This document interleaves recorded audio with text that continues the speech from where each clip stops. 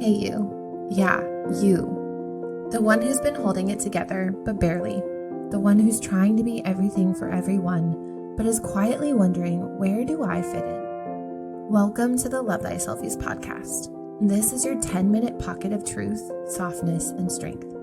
I'm Melissa, a woman who's been through the mess, and the founder of Love Thy Selfies. And this podcast, it's for us. Every weekday, I'm showing up to share the real stuff. The doubts, the breakthroughs, the things I wish someone told me sooner. Because loving yourself isn't always bubble baths and affirmations. It's crying in your car and still choosing to show up. It's unlearning the lies and deciding you're worthy anyway. It's being human and being holy in the same breath. So if you're ready to stop performing, to stop shrinking, and to finally feel seen, this podcast is your daily permission slip to slow down, to rise up, and to come home to yourself.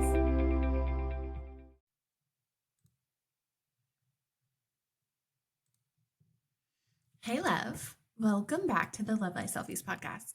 Your gentle reminder that the truest version of you is never too far away. Today's episode is called the Alignment Audit because sometimes life doesn't fall apart, it just starts feeling slightly off. Not broken, just misaligned. You're doing all the right things, showing up, taking care of yourself and other people, checking all the boxes. But underneath the routine, there's a quiet ache. Is this really me? There was a long season in my life when I felt like a stranger in my own body. I was performing a version of myself I had learned, not one I had chosen. Smiling when I wanted to cry, saying yes when I meant no, being small to feel safe. I was homeschooled in a very sheltered environment, taught that the outside world was dangerous and that good girls were quiet, appropriate, but most of all, selfless. So I didn't explore what I liked. I didn't even ask who I was. Because I had internalized one big message.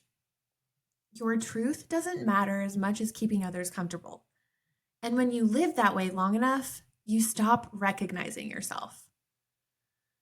But then in college, I heard about this role called a child life specialist.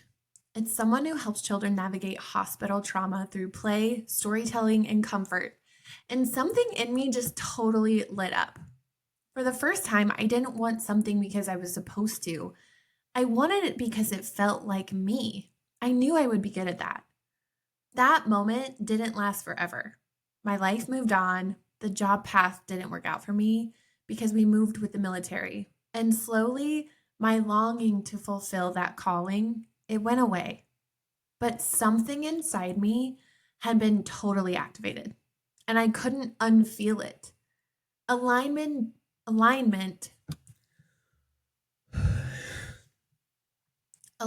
doesn't always come with a blueprint, but it always comes with a knowing, a deep feeling, and a pull in your gut.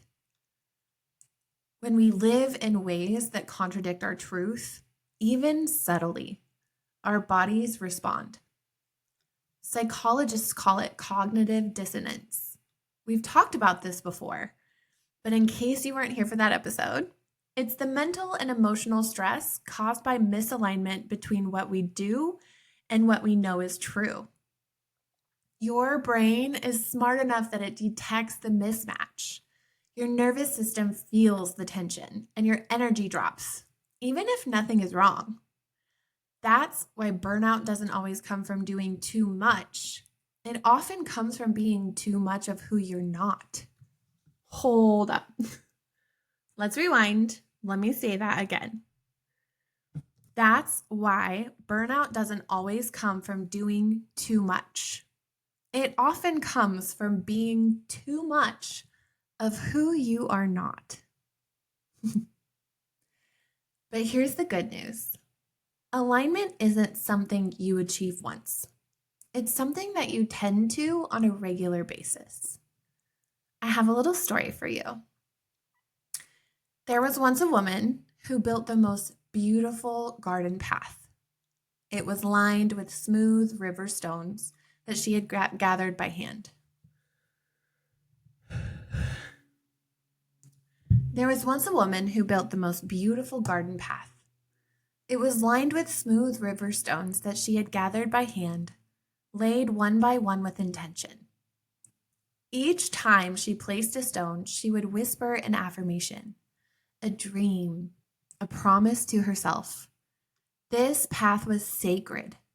It led her from her back porch to her favorite tree. This was a place of quiet, a place that reminded her who she was. She would go there to be with herself. At first, she walked it every morning. The ritual grounded her. It gave her peace, but life, as it does, gets busy. Some mornings, she rushed out the front door instead. Some weeks, it rained too hard and she stayed inside. And over time, she stopped walking the path. Then one day, she wandered out back and couldn't find it. The stones were still there, but they had shifted. Weeds had grown through the cracks. Dirt had covered parts of it. It didn't look like her path anymore. And at first, she panicked. She thought she'd have to rebuild the whole thing, that maybe she wasn't meant to have that peaceful path anymore. But then she remembered she didn't have to start over again. She just had to realign. So she got on her knees one morning at a time and gently cleared the weeds. She brushed the dirt off the stones. Some she moved slightly, so they fit better in the season of her life. She didn't rush it. She didn't shame herself for forgetting it. She just returned. And slowly, stone by stone, her path came back to life. Not because she rebuilt it all from scratch, but because she remembered how to walk it again. Beautiful. Let's take a breath. I want to talk about how I realign. I call this the alignment audit.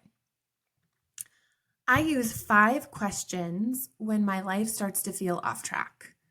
Feel free to pause the video right here or the podcast right here for a minute. Grab your journal and write these down with me. Number 1, what am I doing out of obligation that I actually resent? Number 2, what people, habits, or spaces make me feel most alive? Number 3, where in my life am I pretending to be okay when I'm not? Number 4, what does my ideal day feel like? And how different is it from today? And number 5, if I could shift just one thing this week to feel more like me, what would it be? Remember, you don't have to overhaul everything. You just have to be honest with yourself and then respond in little baby steps. Even now, in a life that fits me so much better, I still pause. I still check in regularly because alignment isn't static.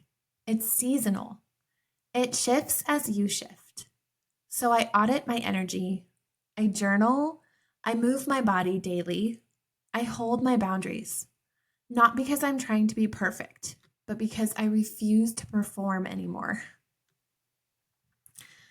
All right, it's time for some reflection. Here's your journal prompt of the day.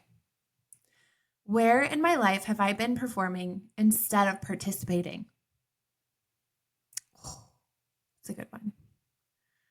And your mantra is, I release the familiar. I return to the truth. You deserve a life that feels like it fits you, not the one that makes sense to others, the one that brings you home to yourself. And if you're ready to begin gently, then come back tomorrow. Always remember, you are not behind. You're just waking up. And the life that's meant for you is still within reach. I'll see you tomorrow. Namaste. I want to thank you so much for coming today. If the episode spoke to your heart, please come back tomorrow. Share it with a friend. We do this every weekday. You can also find me over on Instagram at Selfies, where we keep the conversations going. Until then, be gentle with yourself. You're doing better than you think. Just a little note from me to you. I am not a therapist or a licensed expert. I'm just a woman sharing her story, her healing, and the things that have helped along the way. Everything you hear on this podcast and read in my blog, on my course, or in my journal is meant to inspire, not prescribe. Please don't take anything here as medical or mental health advice. If you're struggling, you deserve extra support, so reach out to a professional that you trust. I will be here cheering you on every step of the way.